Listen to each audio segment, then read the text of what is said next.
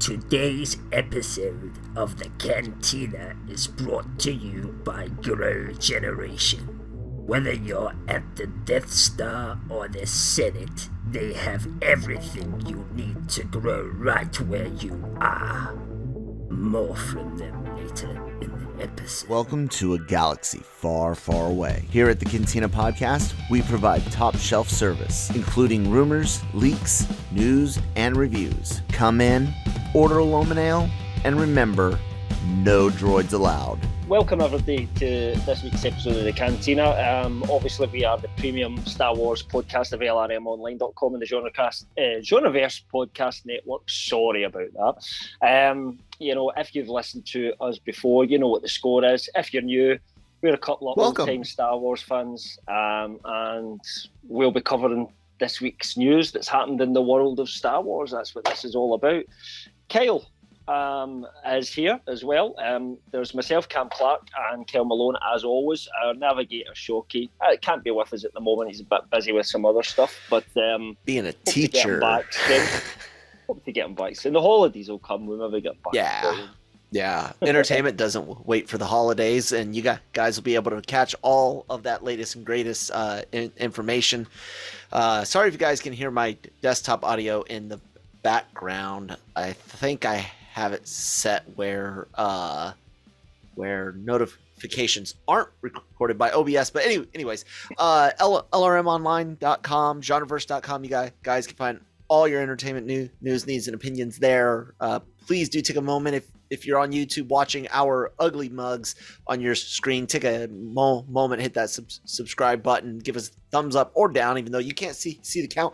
We can.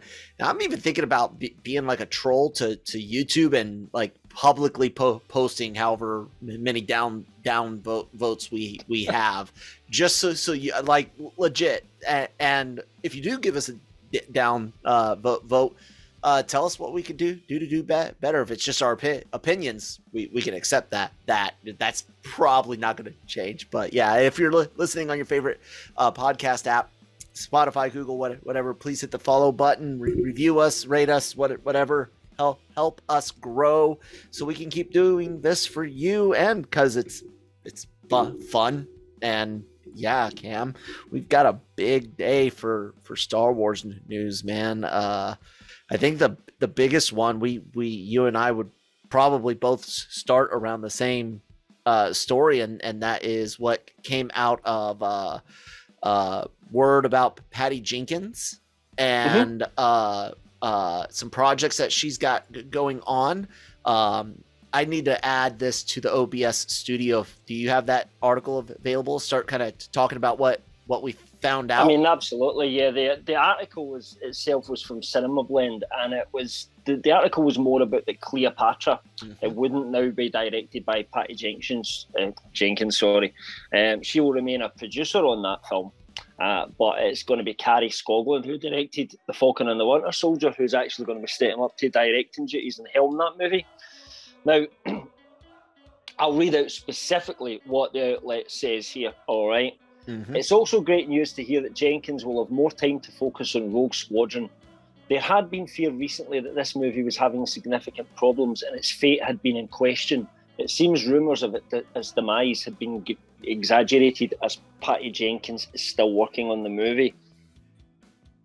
So, I've kind of wrote this story in the point of view of that being the big news rather than the kind of Cleopatra thing, which is really the kind of main focus of that story. But that's where you and I saw the interest in that story right away, as opposed to who's directing Cleopatra. Yeah, I don't think were you that bothered about that one. No, just seeing the headline, I was like, does this mean she's going back to Rogue Squadron sooner than expected? Seems to be the kind of way that particular, and it's just a passing paragraph.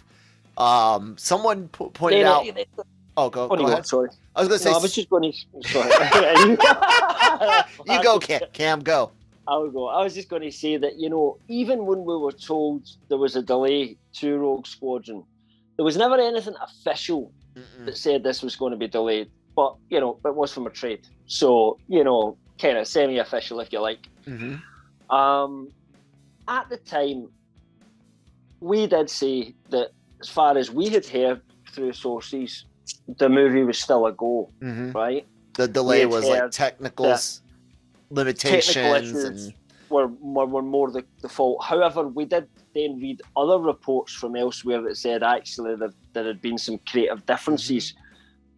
We just assumed maybe there was a little bit of both. My kind of view on that. That's how I felt. Just because our source is saying, well, that's what they've heard, doesn't mean there's around the office, if you like, doesn't mean that's exactly everything at the highest level, and we're never going to know the intimate details that have happened. For example, in a conversation between Jenkins and Kathleen Kennedy or something like that. So you can only go by what we've been told. That was our thought. So despite the creative differences, we kind of felt probably that movie was still coming. But I think it would be fair to say that for most fans, they kind of assumed that's it, won't ever see it. That's the reaction that I tended to be seeing online from Star Wars fans was, oh, here's another one cancelled before it even gets off. They need to write the scripts first before they put these things into production and announce them. Now we're never getting this. And there was never anything official that said that. So I think we're in a bit of a, from our point of view, I think we're in a little bit of a limbo where we're hearing things and none of it's official information, but from very good sources, and they don't all seem to be exactly lining up at the moment. That seems to be, I'm going to turn off my a bit. It seems to be one of the effects of maybe the compartmentalization that we saw earlier. Once Filoni got his new position created, and you start thinking about how when you have even different departments, how the game of phone goes along with stuff inside your own non-Hollywood related work, whatever someone out in the audience might be doing. And you start thinking about how HR hears one thing, and then someone on the tech department hears something else, and they're both part of the same picture. They're just two different offices talking, and production companies where you've got different production teams, different mid-level managers and all that. It's got to be similar, because I was the first one on our own show to question, our source. Not that I questioned them directly, but when Shockey was coming at us with info to talk about on the show, I was like, man, I don't know if technology, like, wouldn't you have had an idea about the technology ahead of time? Like, even I was like, I'm not 100% sold that there's nothing else going on, but again, we only had what we were told and then what we read later on. It's tricky, but one of the things that could happen with a tech issue is you could be pushing ahead and, we think this is all going to be fine. And then there comes a point where, when it comes time to actually put things into action, where there's a few problems and they go, oh, wait a minute, we need to iron out a few details here. So maybe we need to push this back a little bit. But pushing that back a little bit doesn't necessarily mean, all right, she's going to film Cleopatra, film Wonder Woman 3, and then come back to Rogue Squadron. At the moment, Wonder Woman 3 doesn't have a solid start date. Some were saying it was 23 even. Like, it could start late 22 and go into 23 or something I was reading. I might be misremembering. So we can assume maybe they're moving it up first. It's just not hearing any buzz that is the case. So it seemed like Cleopatra was the one that was going to be moving up, if you like. But she's not directing that now. Now I know producing's still a busy job, but it's not quite day to day on the set like it is obviously directing the picture herself. So it's like, theoretically it would give her more time to work on other projects. Yeah, and you would think Rogue Squadron, with them having said, hey, we're delaying it or pushed it to 23 or whatever official word did come out, if anything, or whatever the trade had said, you start thinking like that's the one to do. still haven't heard anything official from Disney yet. So No? here we are, just kind of trying to figure out where does she go from Cleopatra? Because like you said, yeah, producing, especially if you're actually producing, not just a producer credit, executive producer credit, when you're actually doing the producer's job, like that's very, very consuming and time consuming and effort, thought, all of that goes into it. You know, the only thing and why I think so many jump onto the whole idea of, oh, the movie's in trouble, it's got to be creative differences, is high turnover rate of past directors, and then also kind of looking at the rough few months of PR and fan relations that Disney has had. We just saw a Rancor Black Series toy fail to kick off at HasLab, which is like Hasbro's version of Kickstarter. What was different about this? Because I must admit, I'm not kind of into that scene anymore. But you've talked about it. What was different about this that would have made it attractive? Because they already sold pretty good Rancors. Well, this was for collectors, for us. This kind of goes back to that point that I was talking about. Who actually buys merchandise, right? And it's supposed to be us. It's supposed to be the 30 to 40-year-old, you know, Star Wars fans with expendable income. Not that you and I have, but our group of fans are the ones that have historically supported Star Wars and continued for quite some time. Let me see if I can actually bring it up while I'm chit-chatting about it. Although I don't really do it now, when my son was into collecting the Star Wars toys, you know, we were looking at all the stuff out there, and there was some decent Rancors you could pick up second hand, and there was another kind of special one that they come out with at some point, I think. Because it used to be they didn't necessarily kickstart them; they would just vote for them and go ahead, you know, with them and stuff like that. Because I remember getting the Jabba one, which was, you know, it just came out kind of thing. It seemed to me, maybe I just wasn't following it. I got a nice frozen face for you. You look like you're like eating a sour ball or something on it. It's funny, but I brought it up on the screen for both. That's why Cam's frozen for everyone right now.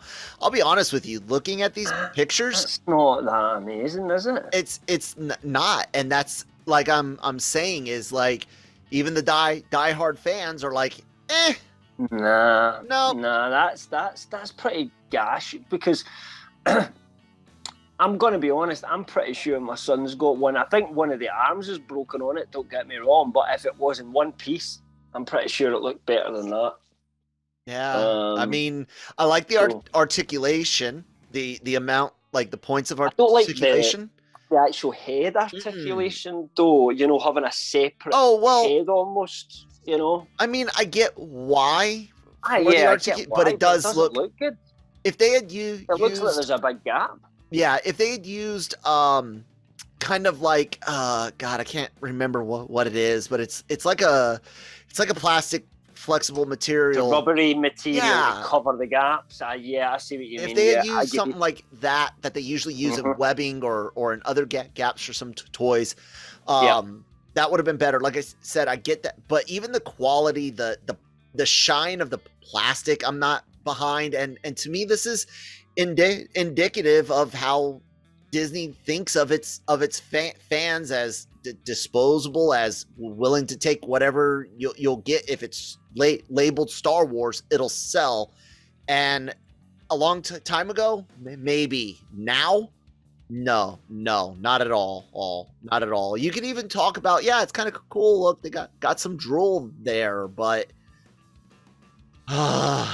anyways, I'll need to let my son have a look at it. He's the expert in my family at these kind of things. He does collect. He's not so much into collecting the Star Wars stuff now, but he's definitely into his collecting for DC and Marvel figures and whatever other kind of geek franchises you can think of. You just get some Assassin's Creed figure for. Yeah, so it's kind of like Disney has this bad week, this bad couple of weeks to a couple of months even. You think of Disney Plus Day let down, the D23 thing. We can even talk a little bit later about the Galactic Star Cruiser video we watched last week actually got taken down, and it does appear that there might be some cancellations for the Galactic Star Cruiser now. That could be related to the current health crisis and the rise in Omicron. But could Disney felt strong enough to take that shit down? The point being is they needed a W, and if they could get some sort of official word of, Patty Jenkins is actively working on it, it is going to come out sooner, it would be a win. Now, I still have my concerns about the movie, but as far as PR, that they could use something like that. I don't know if it'll happen. Because it then feels like Disney are kind of having to react to something that they haven't done.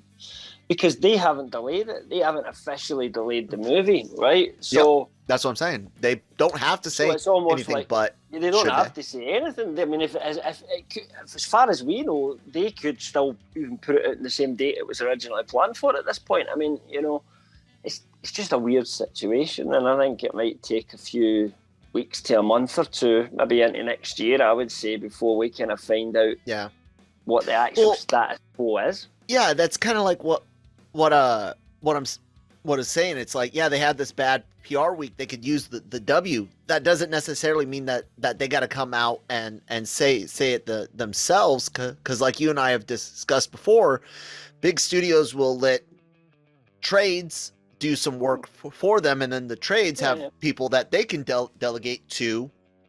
It's part of the game, and this could be one of those types of ways of trying to get them a win without having to come out with anything official. I don't know.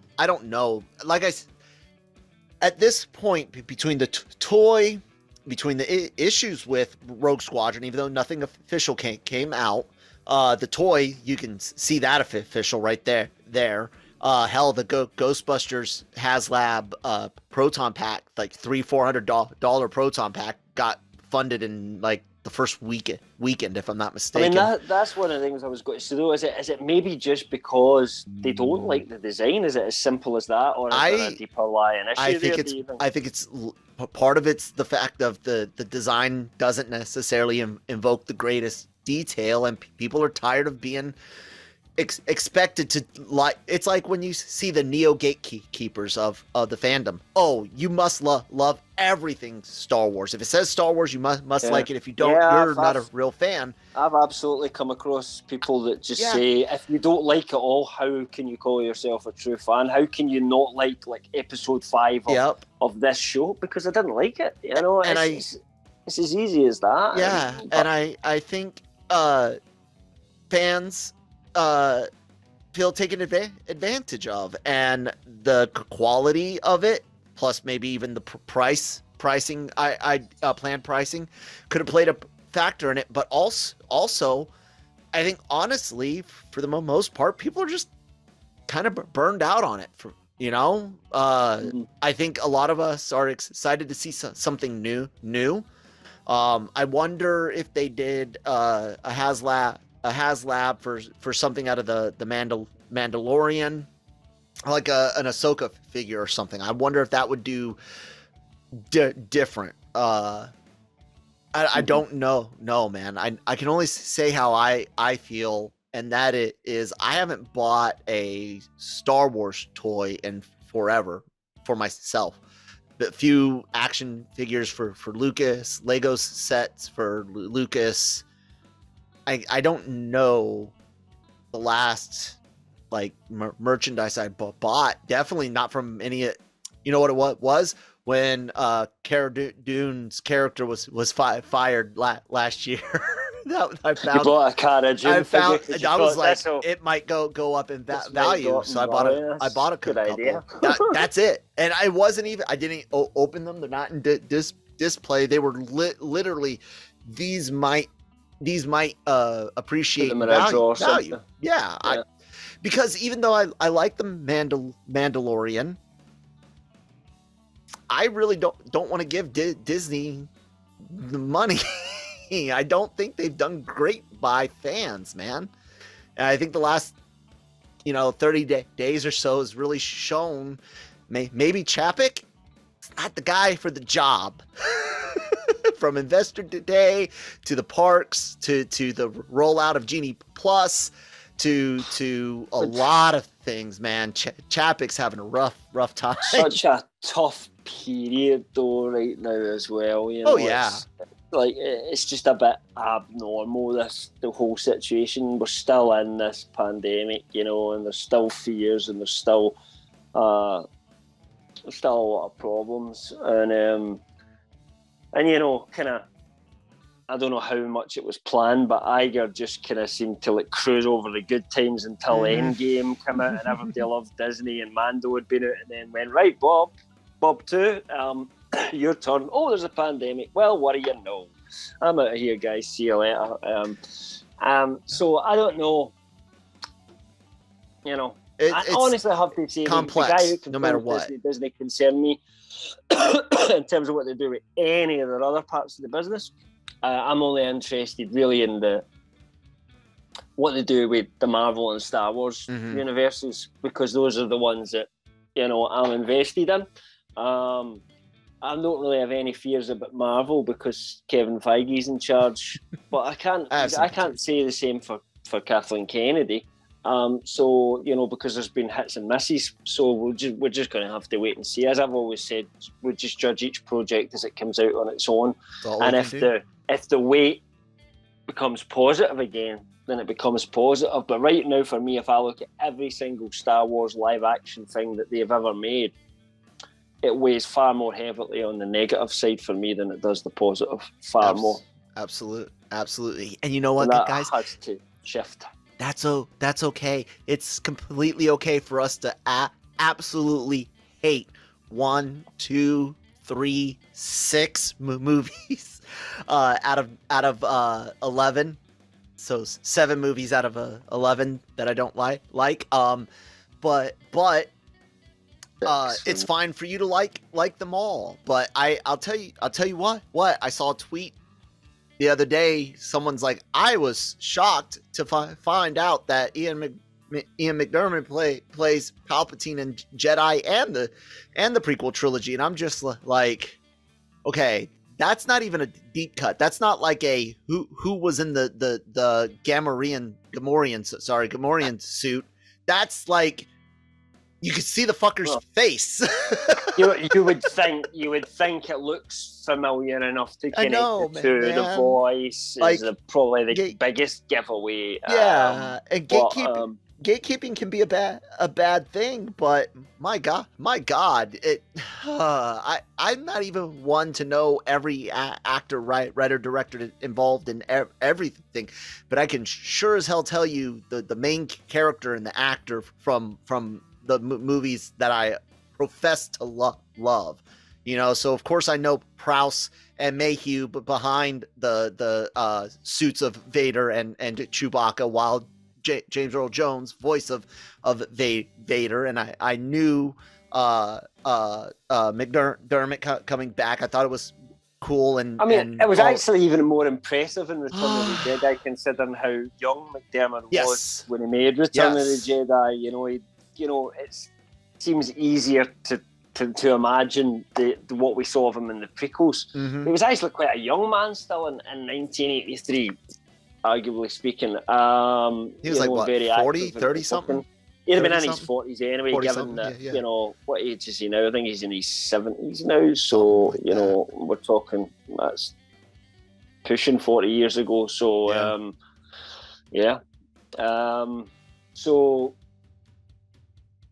and yet, 77 right as now. Good as he did in Return of the Jedi, did he? The makeup never looked as good in the prequels, which were made 30 years later than he did in Return of the Jedi. That's still that movie, and him is still the quintessential Emperor right there. It just didn't really ever get any better than that. Yeah, we got to see a different side of him as Palpatine in the prequels, and he was one of the best things in the prequels. But still, you know, when you think Emperor, you think the throne room scenes in Return of the Jedi. To me, yeah. It's let me see here. 1983 minus 44. He was 39 when he made Jedi. So, well, he's 38 maybe during filming. yeah, because But yeah, that took longer to film these things. You know, like I said, gatekeeping when it's ridiculous. Like I said, who was the stormtrooper behind this and that on the third day of film? No, guys, we don't need that. But you can't say it. That person has no leg to stand on calling anyone else a real or fake fan to me. And not that they did, but those types of people that I meet that are you love it all or you don't, usually don't have any investment in the franchise past the surface level. Like none. It's I just think why do we need to do any of this stuff at all? It's just if you like something, like none it. Of it. You know, it's just that people want to go into these groups on social media and you know, in chat rooms, depending on what you like to do, and they like to discuss their theories, you know, and there'll always be some, you know, I'm in a lot of these things, and there'll always be someone new that comes out with, I've got a great new theory, and it's like, nah, man, we've had this for 20 years, sorry. You know, and there's that thing does absolutely go on, and it is very rare that someone adds kind of something new. But when someone's idea isn't right, you can get a lot of assholes that are the kind of people that have been there for a long time that do like, oh my God, I can't believe it's so stupid, man. And they act like that, and that pisses me off well. As much as newer people that come in and, you know, and say, oh, you're old, this isn't for you anymore. It's all just live and let live, man. You know, it's okay it's just to a like movie. and okay to not. If you like something, you like it. If you don't like it, you don't like it. You know, you can only say what's speak from the heart. If you like that, you know, you can't pretend to like shit just because it's got Star Wars on it at the end of the day. I agree. And you know what I also like to do? Take breaks to hear from our sponsors. Sure, so Grow Generation, take it away. Grow Generation, where the pros go to grow. Grow Generation offers the best deals and discounts on the best grow products on the market. Grow Generation serves customers across the nation and carries a wide inventory of renowned cultivation brands. Go to www.growgeneration.com, where the pros go to grow. Oh, the ticket thing? No, it wasn't the ticket thing. What was it that I wanted to share? I'm trying to remember. I have the Acolyte thing up, but hold on. Let me. Because it came from someone else's website, and that's not what I wanted to cover. Cover next. But honestly, I'm going through our Slack, and I'm having trouble finding the article that I wanted to bring up, and I had it up and stupidly closed it because it didn't say LRM online with. Oh, here it is. I got it now. So you remember how I've been yelling about how dumb it was to say, hey, the EU is all erased and we're not taking anything from it, even though they took stuff from it. Cam already knows where I'm going. Yeah. I've been talking about how great it is to see them finally bringing more EU books for reprints, republishing. Rogue Squadron getting unabridged full audio books. Wedge's Gamble, book 2 in the X-Wing Rogue Squadron series. Now it's called Rogue Squadron series. Comes out in April of next year. And lo and behold, ladies and gentlemen, we get a name drop from the first multimedia project Star Wars ever had, Shadows of the Empire, back in the 90s. In the recent Kira comic book, she drops the name Prince Xizor. Dude, how awesome is it to be on a podcast with someone who writes so often? to see Disney listen to the person that's right so often and actually not leave money on the table. No, but honestly, it's a pretty big deal, dude, to see them, because it was Crimson Dawn instead of the Red Sun, right? In the Solo movie, it's like, why couldn't you guys just wait a minute, because I read the comic and this was, I'm pretty sure, Kira from Crimson Dawn talking to someone from another organization. Yes, to give a message to Prince Xizor. But they didn't name their organization. No. They didn't. What I'm saying is, when we saw the Solo movie, people were wondering, why is it Crimson Dawn and not Red Sun? Why do you create this Black Sun? Sorry, Black Sun. Why do you use this new character when you have this older? People were kind of upset to see stuff being EU borrowed again without being EU, and now here we see them legitimately name dropping Xizor. I would bet Black Sun will actually be name dropped eventually if it hasn't already somewhere else in the current canon. But to me, this is just another one of those signs that the early decisions of Disney Star Wars, they realized weren't necessarily the best decisions. What do you think, man? Yes, in some ways I agree with that. However, I think in order to not set expectations that they were just going to keep all that canon and film it, they still had to throw it all out. I think to do their sequel trilogy, they had to do that. It was impossible not to say, we're just throwing out A, B, C, D, and E from this point. It would have been too complicated. So I think they did the right thing. But cherry picking the good parts of that and bringing it back is not a bad idea. No, my only something they should have done from the start. Why they maybe didn't copy too much is because there's possibly an issue of payment. So like if they take Prince Xizor and they take Black Sun and they put it all together, is that somebody saying, well, actually, that's really you just taking the and then you get into that whole writer versus, creator and owner of the franchise thing, which has been going on a little bit, especially with all the Marvel stuff over the years and DC stuff and all that anyway.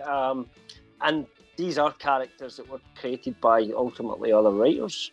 Yeah, and that's a good point. But like we pointed out years ago and have talked about this consistently, it goes back to when Kathleen Kennedy said, we have no source material. Well, yeah, and you've already harvested from it. The point is that this is just another example, like bringing out the Heir to the Empire figures of Luke and the Yasilamari and Jackson, the green rabbit alien, getting a toy from the old Marvel Star Wars comics. It was just that. To me, it just reeks of, oh fuck, we shouldn't have thrown it out the way we did. I agree 100%. You could not have continued on the EU into the movies, nor fit new movies in the existing EU. I was fine with the idea. Without adaptations exactly of them. Exactly. And I was fine with that. That's why I was even like, this should be set, way far in the past or future. But to the way they threw it out, the way they were adamant, this is nothing. All we're ever going to do is publish stuff from it. In the first movie we see Jason and Jaina on screen with different names, and somebody's dumbass fucking idea to name Kylo Ben, which makes he didn't have to be Jason by name, even though that's the character he ended up being for the most part. But he definitely shouldn't have been named Ben, which I guarantee you they're gonna fucking retcon that shit in the Obi-Wan Kenobi show. We're gonna find out why Leia was so adamant about naming her son Ben. I was gonna be sitting watching every episode of Obi-Wan. They're gonna do it now. They're gonna do it now. Anyway, and he gets to the end and they haven't. Then it would make no sense for her to name him Ben. No, but it is. But it is. Maybe she just met some guy. Maybe it's getting nothing. No, but seriously, right? Maybe it's getting Ben is quite a common name. Maybe it's got nothing to do with Ben Kenobi. Maybe literally she's like one day pregnant and she was standing at a bus stop on Coruscant or whatever she was, and somebody goes up to her and says, "Oh, how far along are you?" And they said, "Oh, my name's Ben Duilmos or something," and she just went, Ben.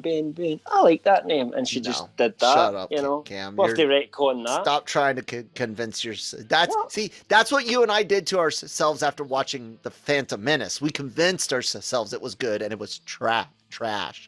True. I like seeing them make up for the mistake. To me, it's infuriating. Like I said, it was the way that they threw the EU out. It was the ceremony of, and also the lies of, we're going to answer all these things leading up to this new trilogy, things that still aren't answered, things that weren't even answered in books or comics, things that were answered in encyclopedias and visual dictionaries and shit like that. Like, how infuriating is it for key parts of Kylo Ren's story to be told in an encyclopedia, not even in a novel, like it just... Yeah, that is infuriating. It's a symptom of the mind rot and the lack of understanding of what makes a Star Wars story, what makes Star Wars merchandise sell, and what the fans really do care about. To me, seeing this, it's like, good, you made up for the mistake, but this is proof to everyone that said you guys are making a mistake at the beginning of this in 2014 when they threw out the EU. We were right. Again, not saying that the EU should have continued on as canon, because it wasn't even canon to George Lucas. He picked and chose what he would accept and what he wouldn't, and curated some things, didn't others. But to sit there and throw it out, ignore it, say the only thing it's going to get, and we're going to label it Legends and make sure it's completely disconnected, ignore it, harvest some things, claim that you can't have anything, you don't have anything to harvest. All of a sudden you start bringing in these characters from Heir to the Empire into Rebels and stuff. It's just, my God, guys. You tried to do something and it failed, and it failed for the reasons a lot of people told you it was going to fail and told you not to do them. It's just upsetting, man. Anyways, I guess we could go on to one last story for the day. We will talk about the Acolyte casting. Cam, do you want to talk about Amandla Stenberg and Amandla Stenberg? There you go. She's not, as far as it looks like, she's not signed in the dotted line. But first out the door with this were the Illuminati, but in a strange move, Variety then backed it up like almost immediately with their own story, not saying, from source the Illuminati, but they did put in their article, this was originally reported by the Illuminati, but it was within a sort of hour or two each other. So I wonder whether they were kind of sitting on that and waiting, and then when Illuminati jumps, they kind of have to, well, we can't sit on it now, we've got to jump out with it and give that little bit of extra information. So it's kind of validated that this rumour pretty strongly, obviously considering Variety's reputation and sources inside, especially when it comes to casting, and things like that. What they are saying is that she's in talks for the lead role in the Acolyte, Amandla Stenberg. But until we get an official confirmation of that, who knows? But my point is on this. When we get to this point, when the trades are finding out about it, usually it's very close to becoming a deal, or else they wouldn't be saying anything. So I think we're kind of looking at our lead actor in terms of the Acolyte. We don't really know anything about the character to add some points, so we can't say, that's a really good, because this is all new ground. In terms of where Star Wars is going, it's going back into the past, further back than we've been in live action before. So, there's been a few potential code names for the character kicking about, but even if the character's name was Billy Bob Thornton, does it give you any context? No, it doesn't, unless they called her, I don't know, Anna Palpatine or something like that. It's Palpatine's mum, God. But I'm not going there. I don't want Palpatine's involved anymore, even though I think we're going to get Palpatine connected stuff in Acolyte. I said connected, not I wonder necessarily him, but connected. I think it'll be pre-him. I'm guessing pre-him at the moment, but I mean, Plagueis is the connection I'm thinking of. But I mean, Sith don't exactly just live for 100 years and then die, so Palpatine could be a lot older. The whole Plagueis thing could have happened much longer ago than we know. We really don't fully understand that. Well, this is... at what point did he take over and become the Sith Lord? This is at the tail end of the high... They haven't set an official time, but most people are figuring roughly within the last 100 years leading up to the fall of the Republic. Yeah. So if you think you think this is the Acolyte is maybe someone meeting a young rising Plagueis, that's what I mean by it's connection. Probably worth talking about the term Acolyte and how it's been used in Star Wars lore. So prior to Darth Bane and the whole Rule of Two, Sith was, you had the Masters, you had Apprentice, you had Acolytes, right, which were people who were in training to become Sith. And of course, that all, what happened is they all just killed each other off because they were like, I'm the baddie, I'm going to be worse than you, and they kill each other off. And that's why Darth Bane introduces we're going to keep it to two now, Master and Apprentice. Apprentice either kills the Master kills the Apprentice and gets a new Apprentice and moves on. And that's the dynamic kind of he set up at that point to ensure the Sith's survival.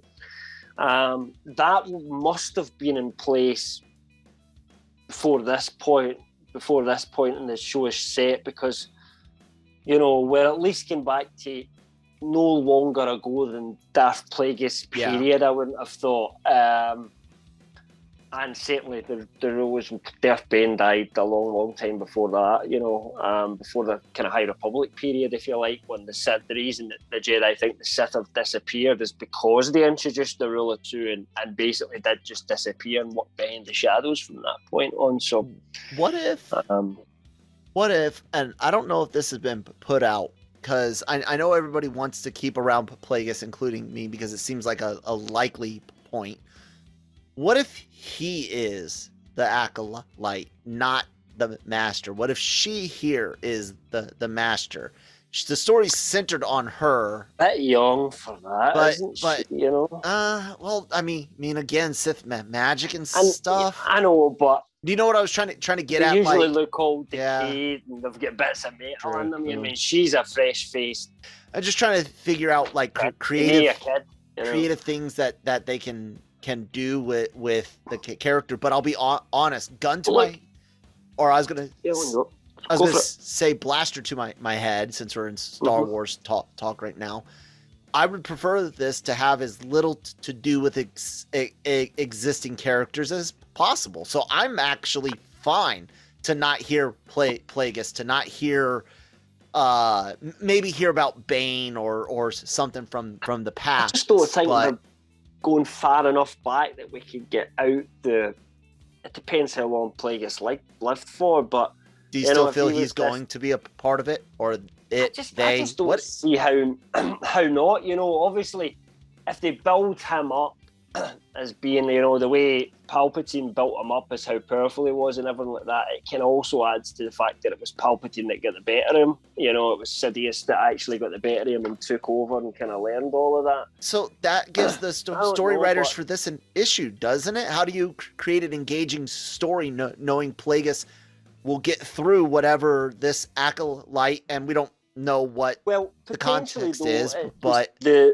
going to happen. The story isn't necessarily the Master here, it's the Apprentice. I mean, whenever we see Master and Apprentice, the story tends to follow the Apprentice because they've got a journey to go on. The Master's already there. So they tend to be more the sit in the shadows. Yeah. give directions kind of thing. Kind of like who what knows the way this works. This could be some apprentice that's working underneath Plagueis. We don't even really get that as far up as seeing Plagueis, and this Acolyte is somebody that they're, you know, potentially I could get this person in as an apprentice and together we could take on Plagueis, that kind of deal that the Sith do. And it could be that kind I of hope thing. so. That'll be better. Third tier, yeah, because that's tier potentially. Or it could be we could be so out of line on this, and it's just not the way this show's going to go at all. It's so hard to say. I like where you were going with it, because like that's what I was getting at is we know what's going to happen with Plagueis, and so if you make this about an acolyte under him, under an apprentice under him, then you're like, well, they obviously don't end up anywhere because he ends up with Palp. You end up with like the prequel trilogy issue or the Titanic movie but to see a character's arc, if she's the main character, can be right, absolutely great. Or I'm saying she because she's non-binary, so I think they use they, she himself would be they, both. yeah, but. I'm assuming the character is she. That's what I was more referring to. If that character's arc is complete at the end of that show, it could be a one-season show. That doesn't mean Plagueis' arc needs to be complete. That could be just left hanging. Yeah, hanging away. Well, not even worried about his arc at all. Her story. She went a different way, or something else happened, or she dies, or who knows how. That's what I was saying is, I like the idea of making it someone new with as few connections as possible, because the more disconnected, the less you have to explain of, well, why haven't we heard, or why haven't we seen? Even with someone dying, you still get to the point of, well, why haven't we heard? So the less connected it is, the more they could tell stories to where even if they die, it's like, well, no one heard because, it wasn't that connected, or they survive and it's like, well, no one's heard because they in the shadows pulling things. That's what I'm saying. Like I actually hope for less connection. Long ago as well that, whoever this character ends up being might be quite probably dead by the time we ever get to the Phantom Menace anyway, so.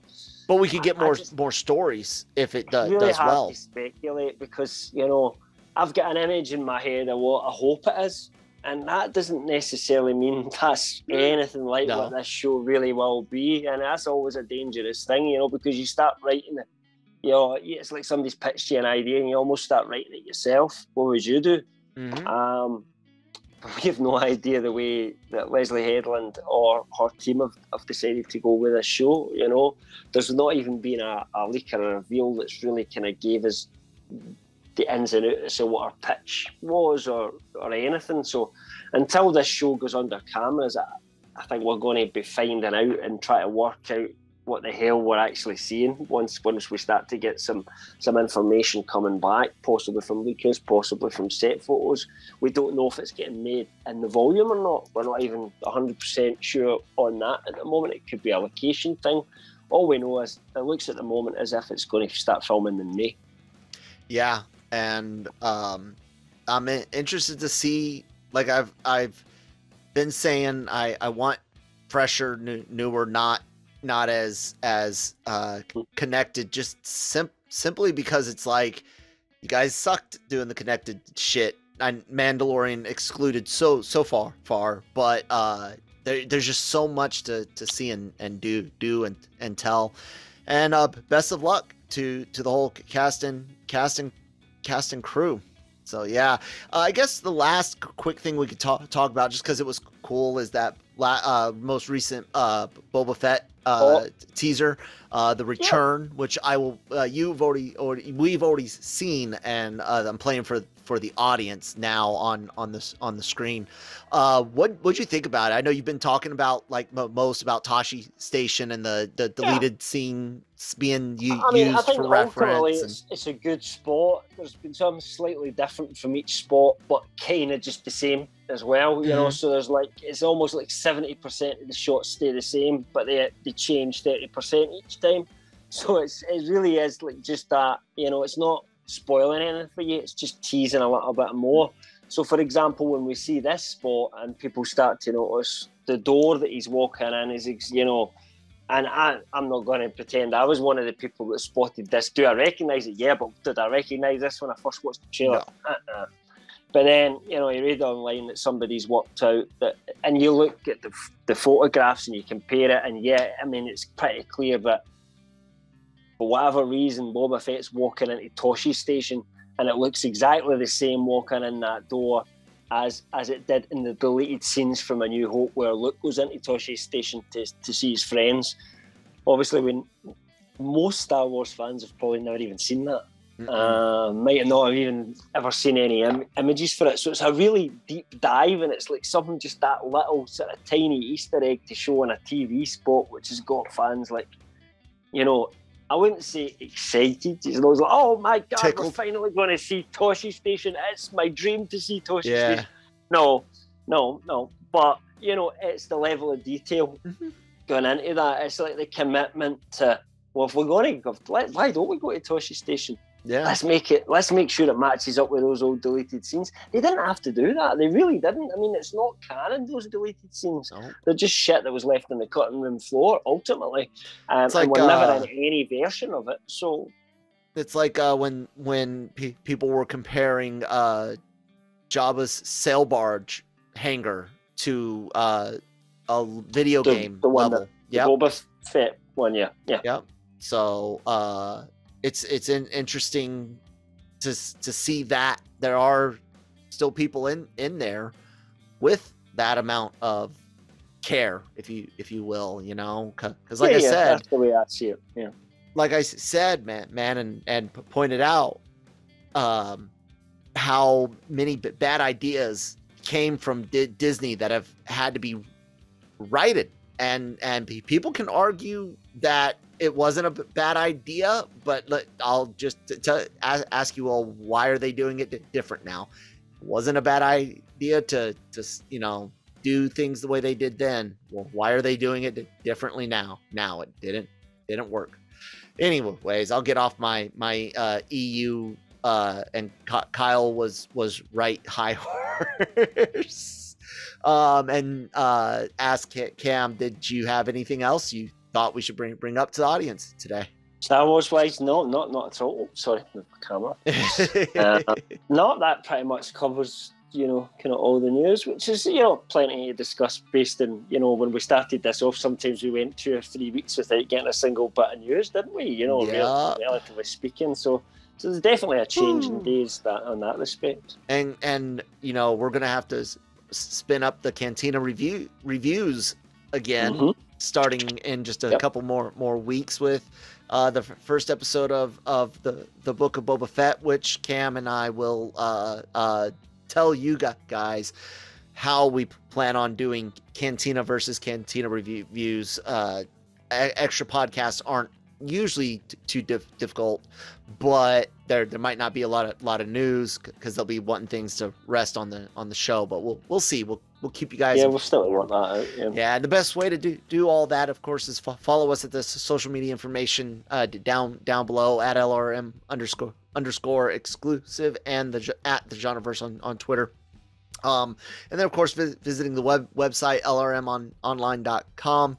Here's our YouTube channel, guys. A lot of celebrity interviews. Gig was out on the red carpet for Amazon's Being the Ricardos.